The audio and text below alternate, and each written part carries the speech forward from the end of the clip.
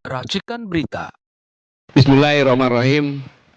Assalamualaikum warahmatullahi wabarakatuh. Salam sejahtera, selamat malam. Rekan-rekan seperjuangan yang hadir di sini semuanya, wabil khusus Pak Rahmat Wahab, profesor saya yang selalu tenang tapi memberikan masukan luar biasa, dan khususnya kami daerah-daerah Umi Fauziah Fausan, beliau juga putri dari pejuang yang luar biasa yang turut mendirikan Tentara Nasional Indonesia di Minangkabau, dan ada juga Bang Jul dari Medan, dari Madura, dari Jawa udah biasa lah saat ketemu. Di sini saya diawasin, pada saya kapten atau letu, saya menjabat diawasin oleh Kapten Purnomo. Dan sekarang Jenderal Purnomo, dia kasih intel saya, dia diawasin terus. Ketika saya Asop Kodam, saya diawasi oleh Pak Setio Sularso, gitu. Staf khususnya Panglima. Dan setelah saya pensiun, saya diawasi oleh Datuk dari Minangkabau, yaitu Datuk Majen TNI Purnawirawan Wat Basyah. Jadi saya harus apa ini, soalnya kalau enggak bisa bahaya, pulang langsung sidang oleh bertiga, selesai saya ini. Jadi saya bukan orasi, Bung Hersu, saya ralat. Saya hanya seperti biasa, saya hanya merangkum semua yang bicara, kan dulu itu nggak berubah kami dari dulu sampai sekarang. Jadi saya hanya sebagai penyambung lidah saja, makanya pusing saya ngerangkumnya gimana ini. Dan terima kasih dengan Mas Rajid, kemudian Dr. Mulyadi, kemudian Bang Antoni, kemudian eksekutif komite dari waktu ke waktu, Bang Jumhur, kemudian yang kami sih biasa-biasa aja gitu kan. Pada kesempatan ini saya mengajak kita semuanya bersyukur kehadirat Allah Subhanahu wa Ta'ala, Tuhan Yang Maha Esa. Karena jujur saya merasa bangga bisa hadir di sini karena Bung Rocky bilang bahwa kami ini setiap saat disoroti dan penjara menunggu. Karena apa yang disampaikan oleh kami ini adalah hal yang aktual, datanya terpercaya, tidak terbantahkan. Ini terbukti ketika saya menjadi saksi ahli. Anton, di mana itu kan? Jakarta Selatan ya? Saya sebagai saksi, begitu saya duduk, saya boleh bicara, yang kami muliakan Bapak Hakim, Ibu Bapak Jaksa, penuntut. Saya di sini heran. Mengapa heran? Karena seharusnya yang duduk di terdakwa ini, karena saksi itu duduknya di tempatnya terdakwa juga kan? Yang duduk terdakwa harusnya bukan Anton Permana, tapi saya. Karena Anton Permana dituduh menyebarkan berita yang menyebarkan demonstrasi kan? Dan berita itu ditandatangan oleh saya sebagai presidium. Saya sampai seperti itu. Sehingga saya akan memakai hak saya, kalau ditanya saya tidak menjawab, ya saya diam. Jadi saya lebih banyak diamnya waktu ditanya. Tapi begitu selesai, mereka minta foto bersama, saya juga cuma disuruh katanya. Itulah protes hukum pada saat itu. Jadi ya sepantasnya kita bersyukur bersama-sama. Dari jauh Allah membimbing kita semuanya bisa berkumpul di sini. Saudara-saudara sekalian, 80 tahun sudah Indonesia merdeka.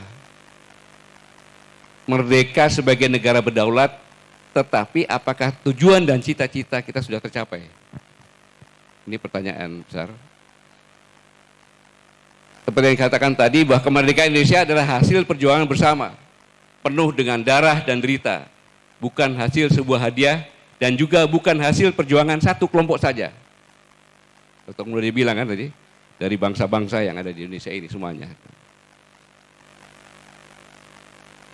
Pertanyaan yang paling mendasar, apakah kita benar-benar merdeka atau justru menjadi tawanan baru dari kekuasaan dan kekuatan modal yang menyamar sebagai demokrasi? Saya tidak mengatakan Indonesia tadi karena Pak Mulyadi, itu susahnya menyimpulkan itu kan Pak Mulyadi. Jadi pernyataan inilah yang menjadi titik awal berdirinya Koalisi Aksi Menyelamatkan Indonesia. Singkatnya sekarang ini sudah jelaskan semuanya, betapa kerusakan yang dibuat oleh Presiden Jokowi selama 10 tahun. Yang pertanyaan saya dari semua yang paparkan, kira-kira jawab pertanyaan saya, 100 tahun bisa nggak kembali sempurna seperti lagu tadi? Bisa nggak 100 tahun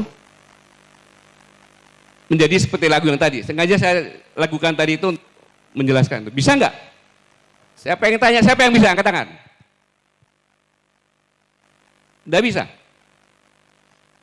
Tidak bisa. 100 tahun tidak bisa. Sekarang Anda bayangkan kalau Bapak Ibu sekalian jadi presiden. Tolong bayangkan. Kalau jadi presiden. Sebelumnya saya ceritakan tadi yang Bang Rocky Gerung bilang. Abang menyampaikannya agak terlambat, Bang. Tetapi saya mengalami cerita benar-benar dari rekan saya. Dia sudah bekerja sama dengan China Belt and Road. Akan membuat sebuah apartemen. MOU diberilah uang muka 1,5 juta. Harusnya termin pertama pada bulan September. Tapi dari China minta, bisa nggak diundur sampai dengan pelantikan presiden? Teman saya bilang cengli lah, kita harus cengli kan. Diundur. Kemudian begitu sampai presiden minta diundur lagi. Boleh nggak kalau diundur setelah penentuan menteri-menteri? Begitu penentuan menteri-menteri, dia mengundurkan diri. Ini fakta.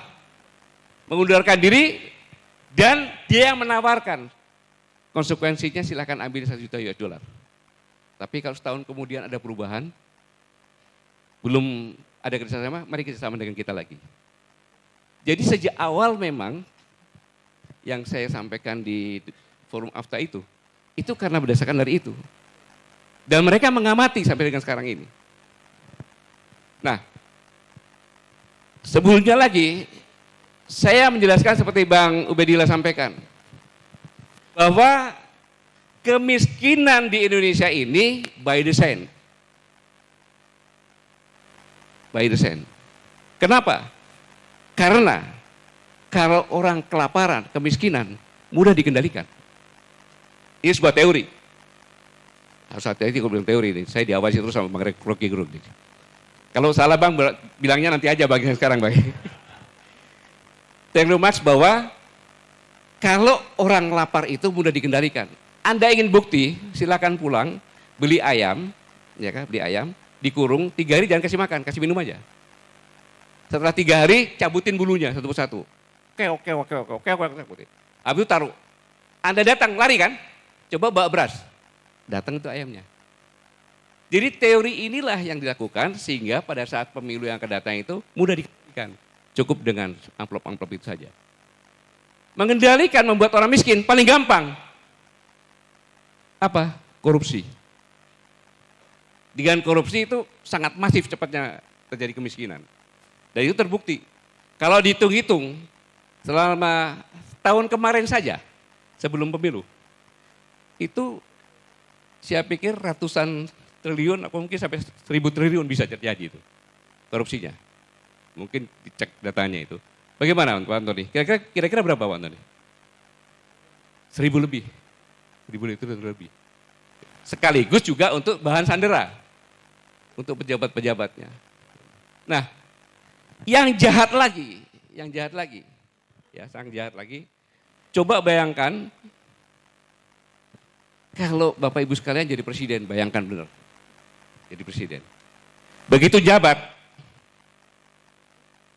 bulan Januari, Menteri Keuangan Bu Sri Mulyani memastikan kenaikan PPN 12% sesuai dengan ketentuan undang-undang yang berlaku pada bulan Januari 2025. Jadi pada saat Presiden jabat, bulan Januari PPN 12% diberlakukan. Untungnya pada tanggal 31 Desember Presiden Prabowo membatalkan keputusan tersebut hanya mengenakan KPK menjadi 12% untuk barang dan jasa saja. Baru jadi presiden di tahun pertama sudah disibukkan dengan ini dan harus tampil sendiri untuk membatalkan. Ini Januari. Selanjutnya, bulan Januari lagi, heboh ditemukan pagar laut. Mossad, jam berapa SMS loh. Di Tangerang. Pada saat itu Presiden merintahkan bongkar. Tetapi Menteri KKP bilang jangan dibongkar, melarang. Karena untuk barang bukti, insubordinasi dari menterinya. Belum 1 bulan di bulan Januari, sudah terjadi seperti ini. 2.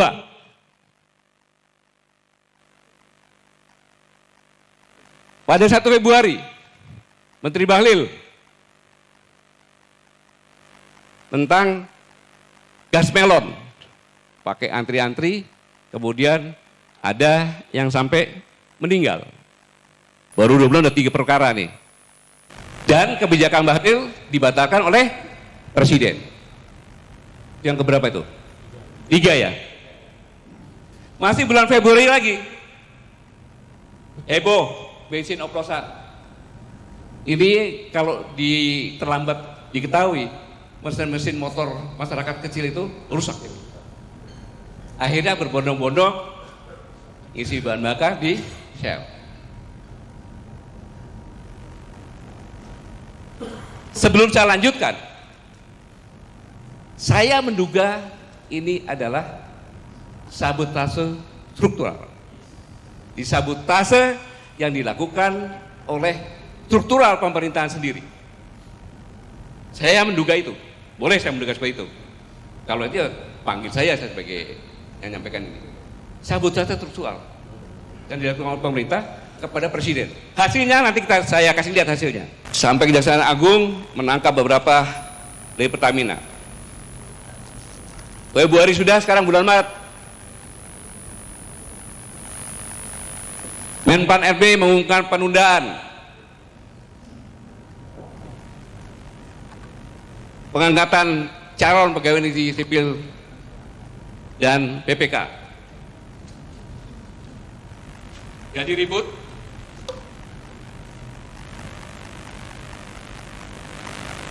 Keputusan itu menimbulkan gejolak dan Menseknek atas perintah Presiden Bapak Prasetyo Hadi pada tanggal 17 Maret akhirnya mengumumkan pengangkatan CPNS dan PPK dipercepat. Baru 3 bulan di tahun yang baru sudah seperti itu. 6. PPATK melakukan pemblokiran rekening bank yang tidak aktif selama 3 bulan. Logika berpikirnya, tidak mungkin PPATK melakukan itu. Itu kan tidak terduga. Karena PPATK adalah intelijen untuk keuangan. Dia tidak punya hak, hanya melaporkan. Harusnya sudah dipenjara ini orang ini. Presiden turun tangan lagi. 122 juta rekening diblokir. Heboh. Kalau seandainya tidak diatasi, bayangkan seandainya 122 juta ini antri di bank dan narik rekeningnya. Jatuh nggak Presiden? Jatuh Presiden. Ada contohnya negara seperti itu.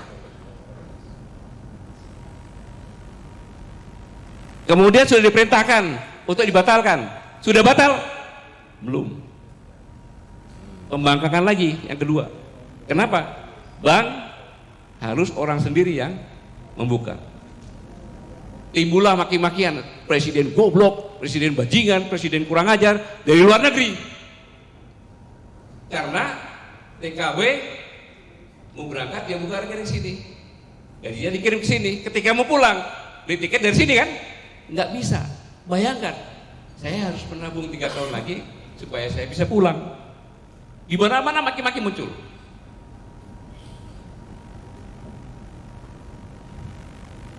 Itu kelakuan PPATK. Selanjutnya, muncul pemerintah sedang merampas uang rakyat. negara menghambat akses rakyat terhadap hak keuangannya. Tujuannya melegitimasi kepemimpinan Presiden Prabowo.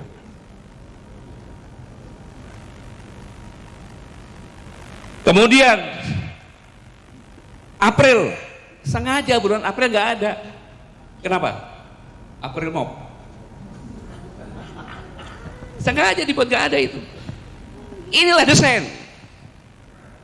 Nggak ada. Langsung ke bulan Juni, heboh tentang tambang nikel di Raja Ampat yang merupakan surga terakhir dunia. Dunia internasional juga mengutuk. Pada tanggal 10 Juni atas arahan Presiden, 4 dari 5 syub nikel di Raja Ampat dicabut oleh Menteri SDM. Padahal Menteri SDM ada di dalam 4 itu.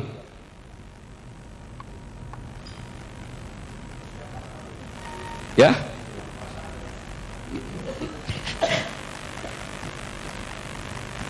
Belum selesai itu, ada lagi gara-gara lagi.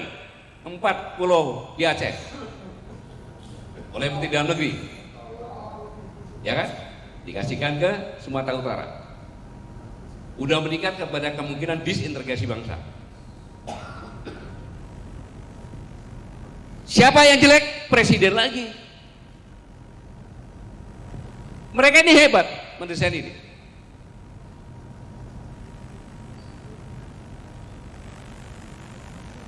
Selanjutnya bulan Juli, seorang pejabat di Komdinggi mengeluarkan wacana Beakol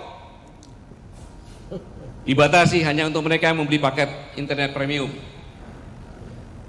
Tapi habis itu sampai sekarang belum ada kejelasannya. Ini kan menimbulkan kemarahan masyarakat bertubi-tubi. Bertubi-tubi. Kepada siapa? Ya Presiden, karena pemerintah. Akhir Juli, amplop pernikahan dipajaki dari Dirjen Pajak.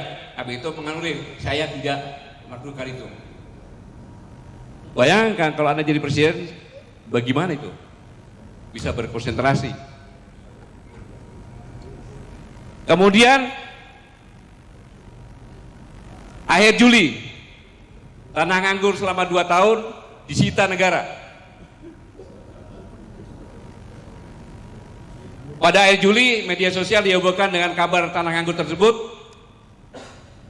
Heboh di mana-mana. Belum rekening selesai, tambahin lagi tanah nganggur.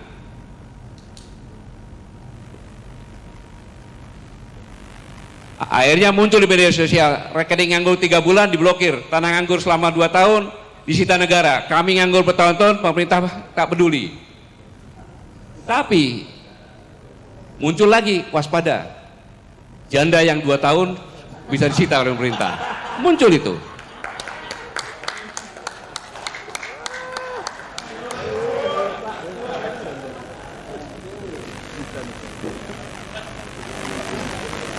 Habis itu menterinya menanggapi semuanya, memangnya mbahmu bisa bikin tanah?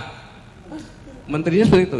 Seorang menteri bicara seperti itu, bukannya mendinginkan, tapi seperti itu. Untung belum ada pati itu. Dan akhirnya minta maaf. Keributan demi keributan itu masih terus berlanjut. Karena bulan Juli itu harus puncaknya sampai Agustus, maka bulan Juli ada lagi.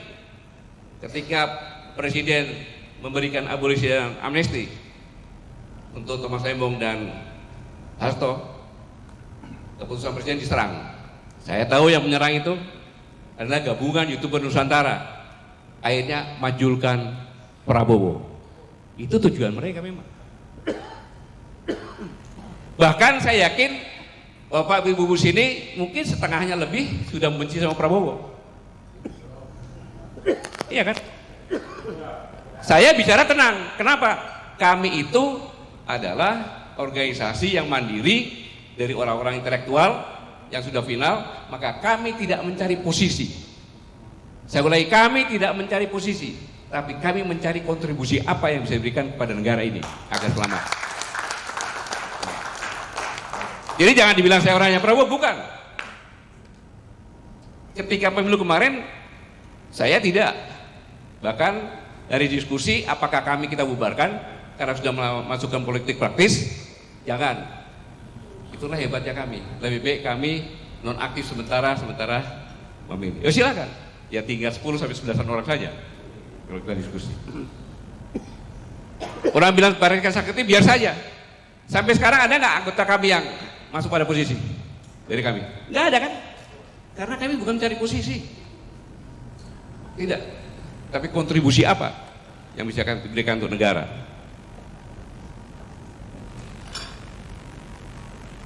Kemudian 8 Agustus 2025, Menteri Keuangan lempar wacana rakyat untuk ikut urunan dan partisipasi untuk gaji dosen. Di kampusnya Pak Saganda itu udah ngomongnya itu. Kan sama aja menurunkan bahwa dosen-dosen itu adalah orang yang tidak perlu dihargai. Ini jangan sembarangan nih, kata-kata ini sangat luar biasa ini. Nah, kemudian puncaknya tanggal 13 Agustus 2025, Ibu Besar di Pati menolak kenaikan PBB sebesar 250. Terjadi keributan. Ya ada kesalahan kepemimpinan, ya. Tapi inilah yang saya katakan bom waktu yang didesain dengan cara cerdas. Saya ulangi, bom waktu yang didesain secara cerdas untuk mempercepat penurunan Prabowo digulingkan. Sudah nggak tahan supaya anaknya naik. Boleh saya bilang seperti itu. Memang seperti itu kan ide intinya. Karena apa? Sepanjang 10 tahun dana transfer ke daerah, tolong grafiknya. Selama 10 tahun dana transfer ke daerah baru sekarang ini lebih kecil dari 10 tahun yang lalu. Kurang lebih sekitar 25%. Kurang lebih. Dipotong. 20. Ya? 20. 20 apa? 20%. 24, sekian, Bang. Iya. 24, sekian. Kalau akan apa dibagi-bagi aja kan? Ini kita di kami biasa, justru seperti biasa. Ya. Kan itu aja 650 per 864 dikalikan 1% saja kan itu kan. Kira-kira di atas 20 lah, Bang. Ya kita ambil jalan tengah, ya Bang. Ya? Ya, jadi ini biasa nih. Jadi, nah, ini padahal di daerah-daerah dana transfer daerah dan lain sebagainya itu 30% rata-rata ya 30% untuk belanja pegawai. Nah, ketika itu dipotong, bingung bupati. Ada yang bupati nggak bisa bayar gaji kan? Maka dinaikkanlah itu. Tujuannya apa? Agar terjadi seperti party di mana-mana, sehingga ngepung ke Jakarta. Dan party itu adalah sebagai latihan. Kalau kamu digini loh, berani aja. Polisi juga bisa kita usir dan sebagainya. Ini sangat berbahaya. Lalu pertanyaannya, apakah kita akan diam seperti ini? Apakah kita ikut bagian dari sabotase struktural untuk ikut menjatuhkan Prabowo Subianto? Pergantian pemerintah setiap saat bukan menambah kesejahteraan, tapi mendapatkan kebangkrutan. Kenapa? Ada satu hal lagi, tolong didiskusikan dalam ekonomi. Saya bertanya, pertanian di Amerika dengan benua yang banyak datang, dengan teknologi pertanian, dengan bibit yang berkualitas, kira-kira lebih bagus di Amerika atau di Indonesia? Lebih efisien di Amerika atau di Indonesia? Logika berpikirnya kan di Amerika kan? Maka di Amerika kira-kira lebih murah nggak dari Indonesia? Lebih murah. Begitu 0%, Bung, lebih murah 20% aja.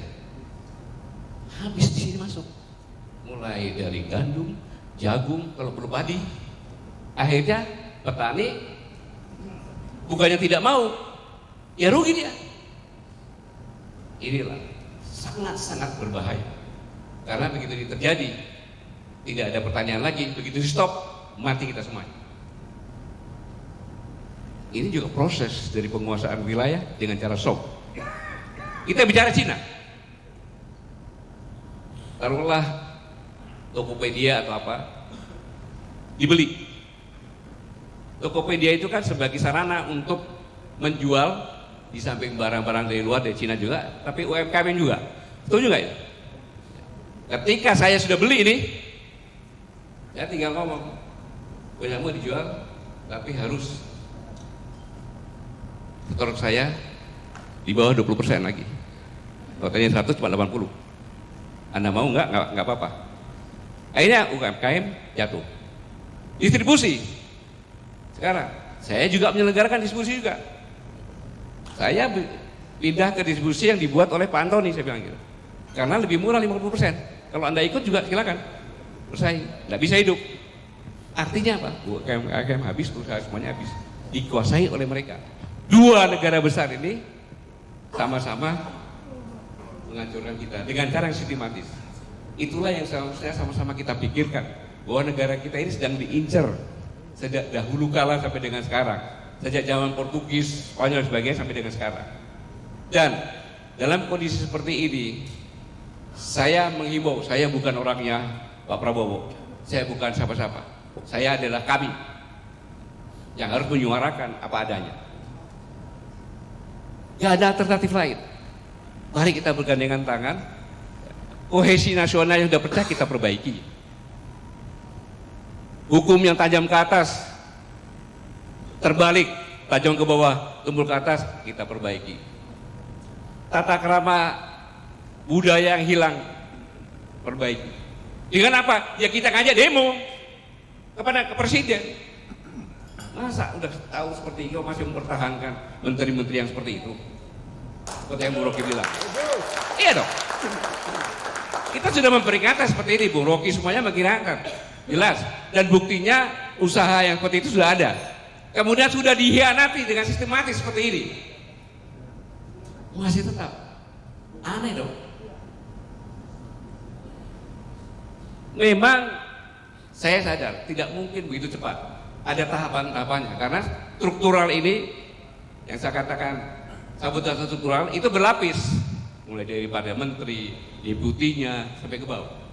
Karena yang menentukan deputi kementerian kan TPA, tim penilaian akhir, yaitu ada BIN, kemudian dipimpin Wapres, kemudian waktu itu kementerian terkait terus dihapuskan. Jadi cukup BIN aja Pak, itu dia saya dengar 5 Pak, udah nggak bisa dicari lagi, udah geser. Jadi orang mereka semuanya sudah masuk. Inilah yang saya katakan di hari ulang tahun kelima ini, kalau kita ingin reuni Indonesia ke depan, kita selamatkan sama-sama Indonesia. Setelah kita tahu permasalahan-permasalahan ini, tidak mengandalkan ini fakta semuanya ada, saya sampaikan. Patut kita mencurigai seperti ini. Mari kita bergandengan tangan, kita ajak semua masyarakat bergandengan tangan agar membalikan Indonesia seperti lagu yang kita lakukan tadi.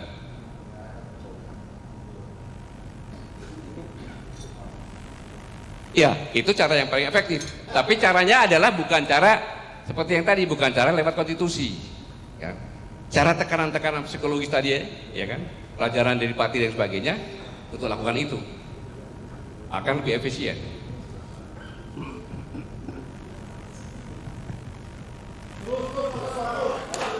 Cukup ya? Apalagi yang bicarakan aja.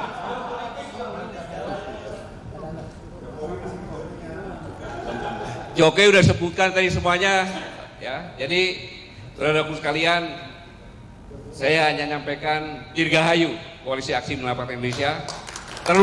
Teruslah kita kobarkan perjuangan kita, jangan surut sampai kapanpun, karena kita berjuang hanya untuk negara kesatuan Republik Indonesia yang sama-sama kita cintai. Terima kasih atas kehadirannya. Nanti kalau terlalu panjang, nanti dimarah sama Bu Rocky, udah melotot ya tadi, tasnya udah dibawa, ya. Sekali lagi, terima kasih. Mari kita lanjutkan perjuangan kita, karena bangsa ini memerlukan kita seperti yang Bu Rocky katakan. Jangan takut apapun, jangan takut apapun. Ya. Bang Yuhur bisa jadi pimpinan buruh karena perjuangan. Bang Saganda sebentar lagi mungkin apa, nggak tahu. Bang Antoni juga sama kan gitu, apalagi.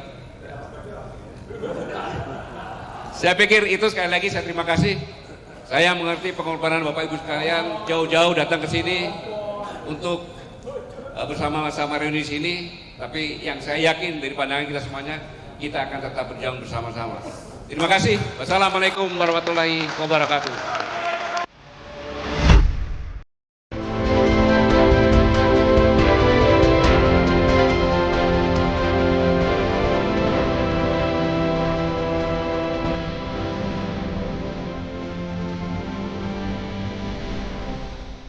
Racikan berita